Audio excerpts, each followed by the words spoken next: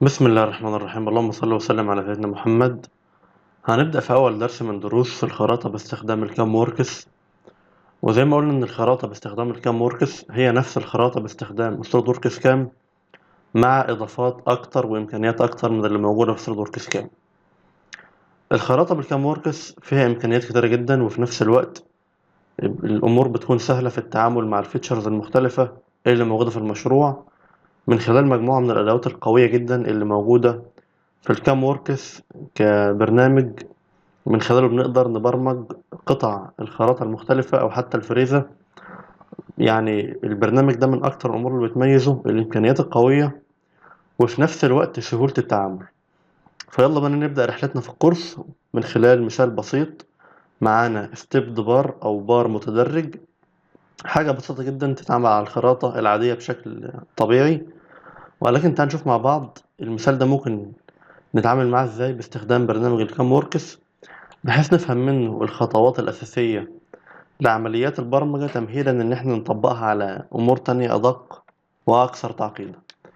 تعالوا نشوف المثال بتاعنا ده عبارة عن سكتش طبيعي عملنا له عملية ريفولف بالشكل ده. يعني ده شكل السكتش بالأبعاد دي، طوله 140، نص قطره 60، وخد امتداد 30.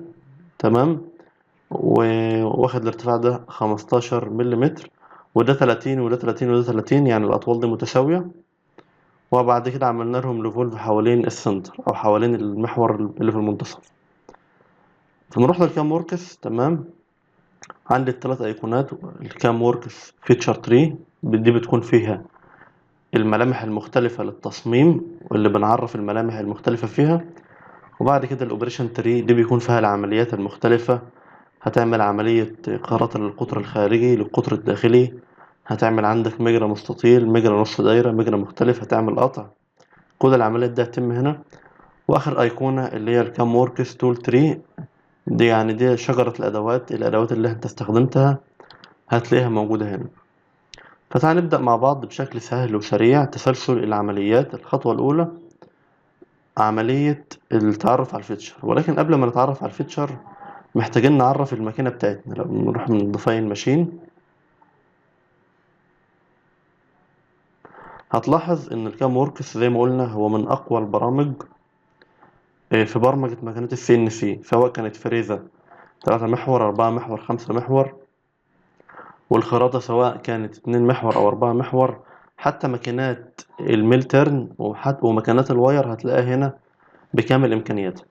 احنا هنختار تيرن سنجل تارت مترك، معناها إن دي ماكينة فريزة ماكينة خراطة سي إن سي 2 محور، يعني فيها برج واحد، فيها برج عدة واحد. 2 محور يعني فيها برج عدة واحد. 2 محور اللي هو المحور إكس ومحور زي. نختار الماكينة ونقول له سيلكت، اختارها. هتلاحظ ان انت عندك تحت هنا بقول لك يوز سب سبندل، يعني تستخدم سبندل اضافي. لا، انا عندي هنا سبندل واحد فمش محتاجه. وبعد كده نروح للتول كريب. برج العدة اللي موجود عندك فيه 11 أداة، 11 أداة. بإمكانك طبعا تختار برج عدة فاضي. تمام. مثلا لو اخترنا تول كريب واحد اللي هو امبتي واخترناه، وتبدأ تضيف فيه الأدوات بتاعتك بالمواصفات اللي انت عايزها. يعني مثلا تختار أداة تعمل بورنج، أداة تعمل دريل. كل الأدوات اللي انت هتحتاجها هتلاقيها هنا، وتقدر كذلك تصنفها. هنتكلم على موضوع الأدوات ده بالتفصيل، ولكن تعال نختار تول كريب 2 ونقول سيلكت. دي الأدوات اللي هو يشتغل منها. عندي تول كريب سب ستيشن، أنا ما عنديش هنا أجزاء إضافية فمش هنعلم عليها. تول كريب بريورتي ده هيدي الأولوية للأدوات اللي موجودة عندك. يعني لو أنت مثلا بتعمل برنامج ينفع يتعمل باتنين أداة، هو يعطي الأولوية للأدوات اللي موجودة عندك هنا قبل ما يروح ياخد من اللايبراري بتاع البرنامج. يوست الكروب اونلي ده معناه ان هو يستخدم الادوات دي فقط، سواء كانت العمليات محتاجة ادوات تانية او مش محتاجة، هو يستخدم دول. طب افرض في عملية ملهاش هدف دول، مش هيعمل العملية دي. فنفعل التول كريب بريوريتي بحيث يدي اولوية لدول، وما نفعلش التول كريب اونلي بحيث ان هو لو راح خد اداة من مكان تاني نبقى عارفين الاداة المناسبة اللي هي تنفذ العملية دي. البوست بروسيسور هنختار البوست بروسيسور الخاص بالماكينة اللي احنا شغالين عليها. طبعا البوست بروسيسور ده ملف بيكون فيه كل معلومات الماكينة، فيها كام برج عدة، طريقة التبريد فيها عاملة ازاي، الهوم بوزيشن بتاعها فين، كل معلومات الماكينة هتكون انكلودد او متضمنة في البوست بروسيسور ده. وده بيكون جاي غالبا مع الماكينة على اسطوانة او على فلاشة او مرفق مع الماكينة، لان ده فيه المعلومات الاساسية للماكينة. طب ايه فايدة البوست بروسيسور؟ لو من اسمه ده بيعمل معالجة لاحقة. يعني ايه؟ يعني انت عملت الكود، البوست بروسيسور ده بيحط لك الكود في الشكل المناسب للماكينة. يعني بياخد الكود بتاعك ده ويظبطه بحيث ان هو يكون في صورة مناسبة للماكينة. البوستنج، تمام، ده له علاقة بالتبريد وتغيير الأداة. هل ده هيكون معتمد على البوست بروسيسور أو على الأداة؟ السيت اب ده ليه علاقة بالمحاور والظروف وخلافه، حركة الظرف. التشاك أو الفيكستشر ده ليه علاقة بالظرف، يعني شكل الظرف كام، عندك ظرف واحد ولا اتنين، إيه، أبعاد الظرف عندك في الظرف ده كام فك. كل تفاصيل الظرف هنلاقيها في الجزء ده. طبعا كل خانة من دول هنتكلم عنها بالتفصيل إن شاء الله، ولكن تعالى نعتمد على إعدادات البرنامج اللي هو محددها دي، اللي هي الإعدادات العامة، ونقول له أوكي. ده أول خطوة، إن أنا اخترت الماكينة، تمام. تاني خطوة أعرف الستوك. نعمل كليك يمين وإيديت ديفينيشن. الستوك هتحدد المادة الخام. تعال مثلا نختار ستيل، لو كربون أو لو ستيل. والستوك طيب، دي الطريقة اللي أنت هتعرف منها الستوك. الستوك ده الوقت أنا عايز أعمل قطعة بالشكل ده، وبالتالي أنا هقدم طلب للمخزن إن هو يبعت لي أنا مثلا هعمل 5 قطع، يبعت لي مثلا 5 حتت بأبعاد معينة بحيث أركب على ظرف المكنة وأشغل. فالستوك ده المادة الزيادة اللي أنت هتفضل تاكل فيها لحد ما توصل للمادة الأصلية. عندك طرق مختلفة لتعريف الستوك. أول طريقة إن أنت تاخد راوند بار، يعني شكل اسطواني كده تشتغل عليه، أو بإمكانك ترسم سكتش ويعمل له ريفولف حوالين الشكل نفسه. يعني مثلا أنت رسمت سكتش بالمواصفات دي، ياخد الستوك حواليها. وده بنلجأ له مثلا لو أنت خلصت نحت البارت ده أو عملت خرطت البارت ده، ولكن مثلا محتاج تعمل ألاواص، تعمل ثقوب، يعني أنت هتبني على البارت اللي اتعمل أساسا. وبالتالي انت ممكن ترسم سكتش على حدود الشكل بحيث ان هو ما ياكلكش مادة زيادة، لان هو اساسا كل الاجزاء دي، يعني الاجزاء دي اتاكلت خلاص، تمام. وبالتالي يعني مثلا لو احنا خلصنا الاجزاء دي وعايزين نعمل هنا مثلا الوز، نعمل ثقب، وبالتالي انت في الحالة دي هترسم سكتش بحيث ان يمشي لك على الحواف دي بس في البرنامج الجديد، ما ياكلكش الزيادات دي. بعد كده ان انت تاخد فايل من بره، سواء كان بارت او كان STL. مثلا في الحالة دي ان انت تاخد شغلانة من بره، ده في حالة صيغتها STL، يعني ده ملف على شكل الشغلانة بس STL تعرف منه الستوك. او تاخد بارت تعرف منه الستوك، يعني انت مثلا عملت بارت اسطواني، تمام، وهتاخد تعرف منه الستوك. نفس اوامر الفريزة تقريبا. اكثر استخداما بالنسبة لي اللي هو البار والسكتش. البار بنستخدمه لو انت هتبدأ خراطة من الزيرو، تبدأ خراطة من الصفر، هتشيل كل الماتيريال من الصفر. الخيار التاني ده اللي هو فروم ريفولفد سكتش، ده لو انت كنت هتبني على عمليات تمت. يعني انا شلت المادة الخام كلها، شلت دول، ورايح بقى اعمل الوظ، اعمل عملية تانية، وبالتالي المادة الزيادة دي مش عندي، وبالتالي هرسم سكتش على قد الشغلانة بس. ده بالنسبة للأوامر. بعد كده عندي أوامر مهمة جدا اللي هي البار ستوك بارامتر. أول جزء ده طول البار. دلوقتي أنا عندي لما رحنا للديزاين تري كان عندي الطول الكلي كام؟ كان عندي الطول الكلي، تعال نشوفه كان كام. الطول الكلي كان كام؟ كان 140. كان طول البار كله 140. لو احنا رحنا للستوك، لو احنا خلينا 140، تمام. ده الدايمتر، نتكلم على الطول، طول 140. لو احنا خلينا الطول 140، تعالى نصفر ده،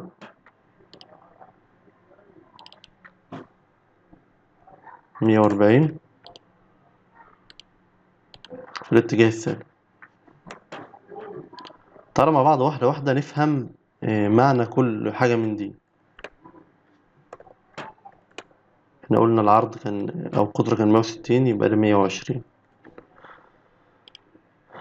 طيب ايه هم الاربع اوامر دول؟ فهم الاربع اوامر دول في غاية الاهمية، بحيث ان انت من خلال فهمك ليهم هتقدر تثبت على المكنة الستوك بالابعاد المطلوبة. دلوقتي انا عايز الستوك دي المادة الخام اللي انا هعمل ريموف للماتيريال من عليها بحيث اوصل للبارت بتاعي. ايه هم الاربع حاجات دول؟ اول جزء ده قطر الستوك. يعني انا قلت انا عندي هنا، لو جينا تعالى ناخد مسقط مناسب كده، القطر الخارجي عندي هنا 120 اللي هم 60 و60. طيب ايه ده قطر الستوك. قطر الستوك غالبا بناخده اكبر قطر موجود عندك في الشغلانه، بحيث ان انت هتفضل هتقلل دول هنا مش هتعمل حاجه.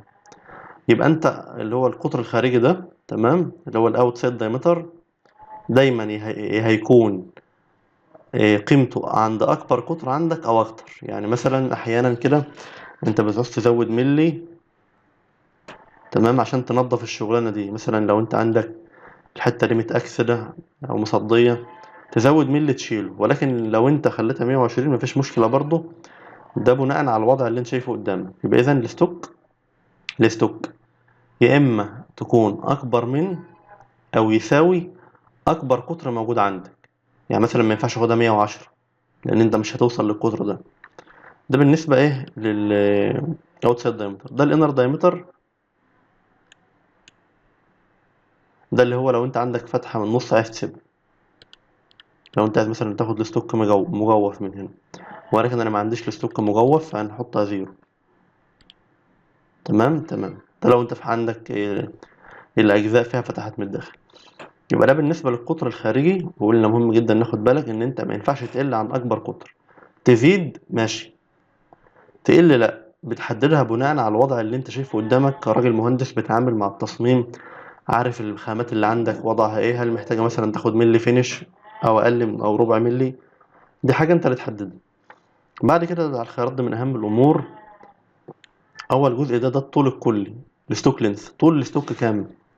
طول الستوك هنا احنا واخدينه 140 بنفس طول الشكل. طب الوقت انا هثبت البارت بتاعي فين؟ يعني ممكن تثبته في الحالة بتاعتنا دي من هنا، تمام. ولكن لو فرضنا ان انا هاخد ملي امسح هنا، امسح الحتة دي واثبت من هنا، لا مش هينفع، هتخبط في الظرف. وبالتالي ان لابد يكون عندك طول زيادة تربط منه الشغلانة دي وفي النهاية تنزل تقطع. وبالتالي احنا هنخلي الستوك لينث اطول من الشغلانة، بحيث يبقى انا عندي جزء اقدر امسك منه البرد. انا كان عندي طول الشغلانة 140، هزود عليهم 50 ملي اللي هم 5 سنتي، بحيث اربط ال5 سنتي دول اثبت منهم في ظرف الشغلانة او في ظرف المكان. يبقى انا زودت 5 سنتي. ال5 سنتي دول هيروحوا فين؟ دول هيكون مقفول عليهم بالظرف بتاع المكنة، تمام، مثبت منه. وفي النهاية خالص بعد ما اخلص شغل وانا في الامان، انزل اقطع ال5 سنتي الزيادة دول. لان انت لو انت ما خدتش ال5 سنتي الزيادة دول، ففي امكانية عندك كبيرة، تمام، ان الطول تخبط في الظرف. ومعنى ان الطول خبطت في الظرف معناه ان انت حصلت عندك مصيبة.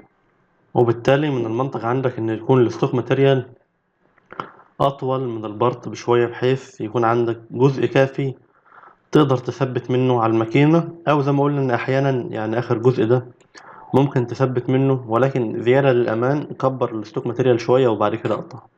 دي حاجة انت اللي هتحددها بناء على حجم الظرف عندك قد ايه، مدى دخول البارت جواه، وهكذا. يبقى اول حاجه قلناها ده القطر الخارجي وده القطر الداخلي. قلنا ان مالوش لازمه عندي هنا القطر الداخلي. بعد كده عندي طول ستوك، قلنا هنزود مثلا 5 سنتي على 140 ب 190 ملي. طب انا عايز انقل الجزء الزياده ده بدل ما هو قدام كده انقله لورا. عندك بارامتر مهم جدا، البارامتر ده اسمه باك اوف ستوك ابسوليوت. الكلام ده معناه ايه؟ دي معناها دي المسافه المحسوبه من بدايه الستوك. يعني مثلا تعال نخليها صفر مثلا.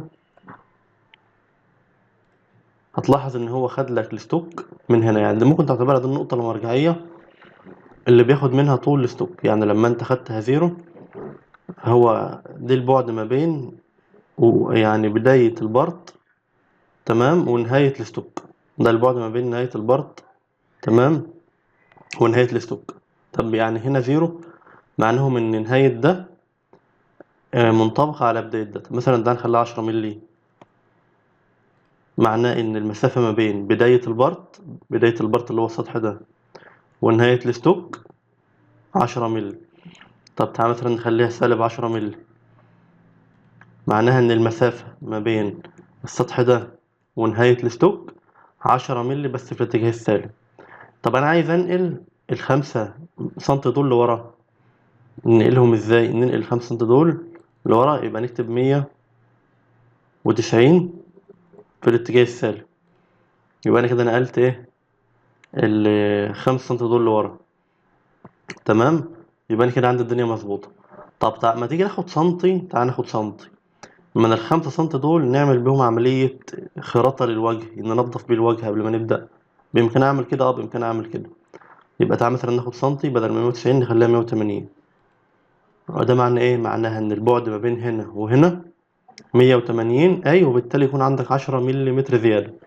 مهم جدا تفهم موضوع الأطوال والأقطار، لأن في غاية الأهمية إن أنت تحدد أبعاد الستوك ماتيريال بشكل سليم، بحيث تتجنب بيحصل عندك أي مشاكل بعدين. ونقول له أوكي. يبقى أنا كده ظبطت الستوك أهي عندي. بعد كده محتاجين نعمل سيت اب أو دراسة للخراطة بنفس الطريقة اللي بنشتغل بيها في الفريزر. هتروح على الستوك، تعمل كليك يمين وتقول له ترن سيت اب. أول ما تعمل ترن سيت اب هيحدد لك المحاور فين، المحور بتاعتك فين. هو هنا محددها بشكل سليم. ده محور زد اللي هو الاتجاه ده، محور زد اهو في اتجاه التغذية، ومحور اكس في اتجاه القطر. يبقى محور زد في اتجاه الاكس او اكسيال دايركشن، ومحور اكس في اتجاه الراديال دايركشن. قول له اوكي. يبقى انا كده انشأت الدراسة اللي عندي هنا. تمام. بعد كده نعمل كليك يمين عليها ونروح لتيرن فيتشر، بحيث نحدد ملامح الخراطة المختلفة من خلال تيرن فيتشر. بنبدأ بقى نقول له سواء كنت هتشتغل خراطة داخلية، كنت هتشتغل خراطة خارجية، هتفتح مجرى، هتعمل ألاوز وخلافه. نختار تيرن فيتشر. من خلال التيرن فيتشر اوتوماتيك هو قسم لك البارت بتاعك لجزئين متماثلين. يبقى بالنسبة لشغلنا في الخراطة انت بيبقى عندك شكل متماثل. الشكل بتاعك في الخراطة متماثل حوالين محور، لأن انت بتدور وبالتالي بيكون في تماثل.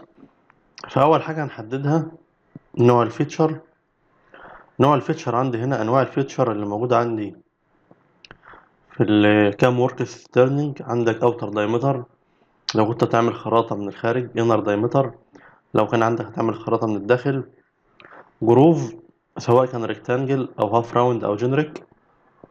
ده لما انت هتفتح مجرى باستخدام الخراطة، سواء كان الجروف ده او التجويف ده مستطيل او نص كرة او متنوع عموما ايا كان شكله، او فيس فيتشر لو انت كنت هتعمل خراطة للوجه، او كات اوف فيتشر لو انت خلصت شغل وعايز تفصل الجزء ده من الخراطة، تفصل الجزء اللي انت عملته. احنا قلنا اول ما هنبدأ بفيس، فده هنختار فيس فيتشر. احنا قلنا ان انا عندي 10 ملم زيادة محتاج اشيلهم، وبالتالي نروح نختار الجزء ده اهو. اخترناه البارت بروفايل.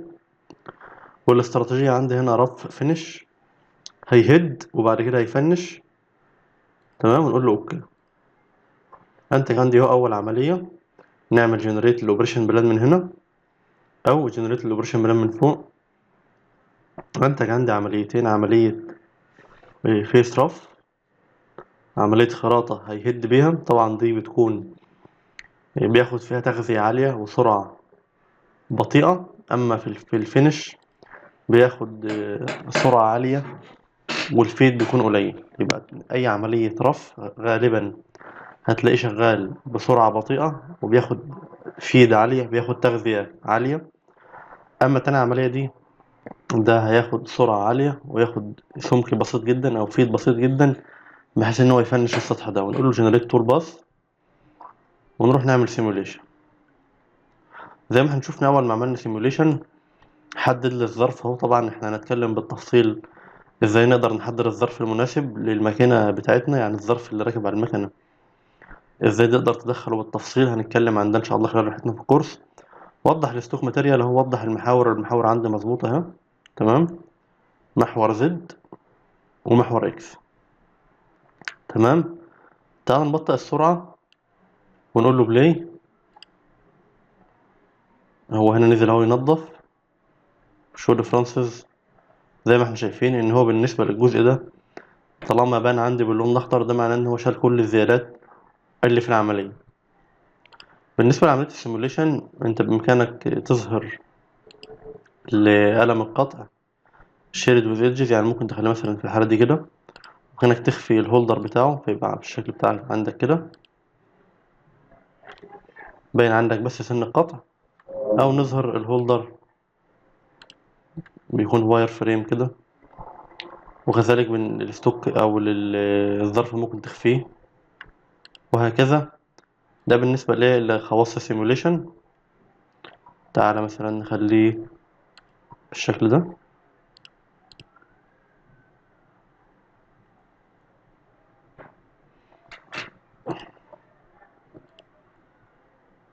ده بالنسبة لأول عملية تمت بالشكل السليم. طبعا هو موضح لك مسار الأداة وهي داخلة وهي خارجة.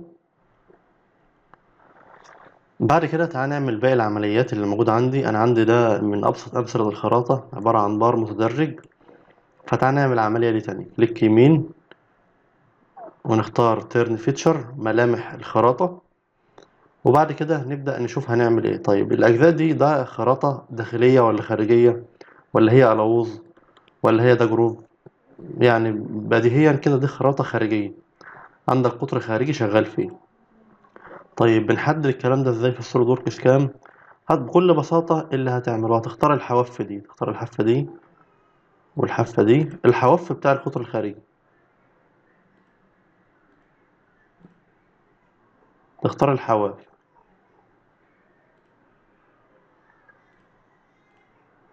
طبعا أي حافة بتختارها لونها أوتوماتيك بتحول معاك للون الأخضر. يبقى أنت كده اخترت الحواف. تمام تمام. كان بإمكانك تختار الحواف دي بشكل أسهل لو أنت اخترت ويندو سيلكشن. يعني تعال نمسح كل دول، ولو أنت اخترت ويندو سيلكشن بإمكانك تعلم عليهم كلهم كده إيه مرة واحدة. تعال نعمل كلير وناخدهم من اتجاه يدهم لنا كلهم مرة واحدة أهم. يبقى أنت كده اخترت الحواف كلها. تعال نختار الحافة دي كمان مع. يبقى أنت من خلال الويندو سيلكشن بإمكانك تختار أكتر من حاجة مرة واحدة. نقول له أوكي. يبقى أنا كده اتعرفت أهو على القطر الخارجي. نعمل كليك يمين عليه ونعمل جنريت اوبريشن بلان، او نعمل جنريت اوبريشن بلان من فوق. بس لو انت عملت جنريت الاوبريشن بلان من فوق هيعيد حساب كلا العمليتين، وبالتالي انا هوفر وقت واعمل حساب للعمليه الجديده فقط. فنعمل كليك يمين وجنريت الاوبريشن بلان، ولد عمليتين للاوبريشن بلان، عمليه تيرن رف وعمليه تيرن فينش. نقول جنريت تور باس سيموليشن ونشوف ايه اللي هيحصل. اول حاجه خلص عمليه الفيس اهو، وبعد كده يبدأ يعمل عملية الخراطة الخارجية. طبعا في تفاصيل كتيرة جدا عشان العملية دي تتنفذ بالشكل ده أو بالشكل غيره، وده اللي احنا هنناقشه خلال رحلتنا في الكورس. ازاي نقدر نتحكم في خواص العمليات دي، طريقة دخول القلم، طريقة خروج القلم، الاستراتيجية اللي هيشغال بيها، ازاي هيفنش، ازاي هيطلع، وهكذا. تعال نشوف شو ريفرنسز. يبقى انا كده انتجت البارت اللي عندي اهو بالشكل المطلوب. ناقصني بس افصل البارت ده عن الجزء الزيادة. قلنا ان انا عندي هنا انا خدت الستوك اكتر 5 سنتي، خدت 4 سنتي ورا امسك منهم، وخدت 1 سنتي قدام امسح بيه الوجه. طب اقطع بقى ازاي؟ بكل بساطة هتعمل عملية فصل. نروح كليك يمين ترن فيتشر، وفي الحالة دي نختار ايه؟ هل اختار قطر داخلي؟ لا. قطر خارجي؟ لا. امال اختار ايه؟ كات اوف فيتشر. كات اوف يعني هتقطع. طب هنقطع مين؟ هنقطع الحافة دي. شكرا، الموضوع خلص بالنسبة لي. كليك يمين. زي ما قلنا ان الكام وركس برنامج ممتاز سواء في الخراطة او في الفريزر. ولد لي العملية اهي. تمام. نقول جنريت للتول باس سيموليشن.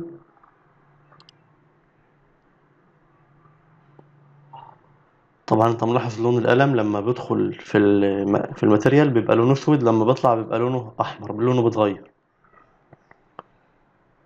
طبعا حركة القلم بالشكل دي لها استراتيجية بإمكاننا نتحكم فيها. بإمكاننا نتحكم فيها. خلص خالص اهو.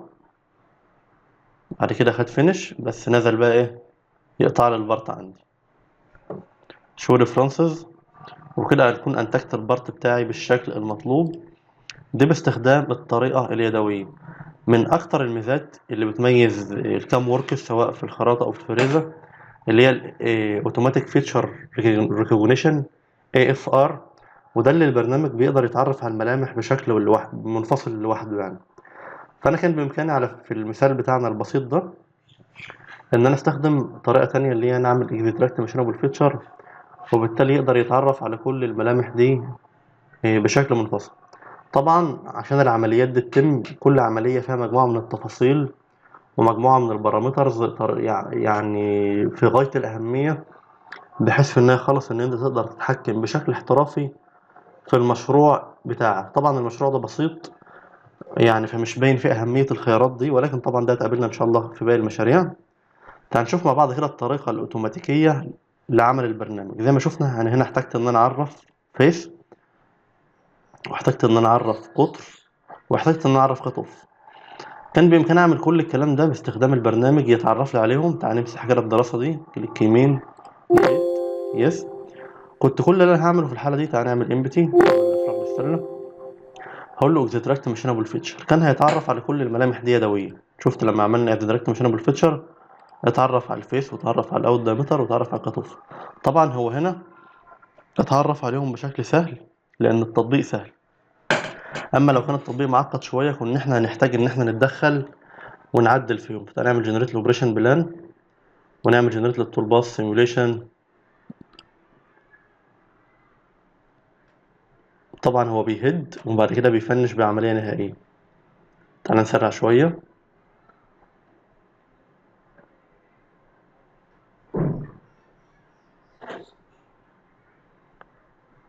طلع عند البارت بالشكل المطلوب.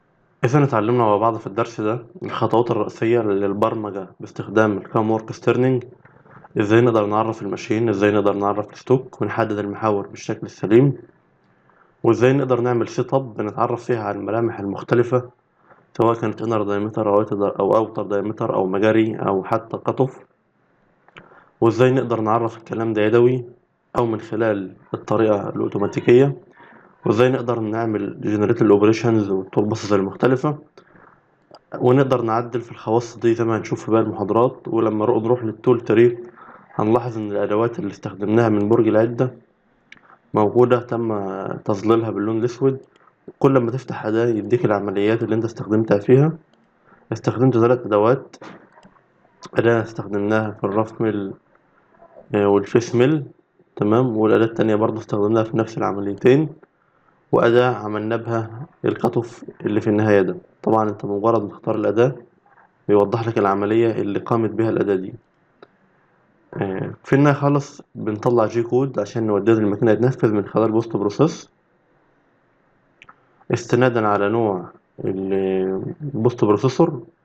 هيخرج لك الجي كود ده متوافق مع الماكينة. نختار مكانه على الديسكتوب مثلا، نسميه اف، ونقول له سيف، ونعمل بلاي بحيث يقوم بإنشاء الجي كود.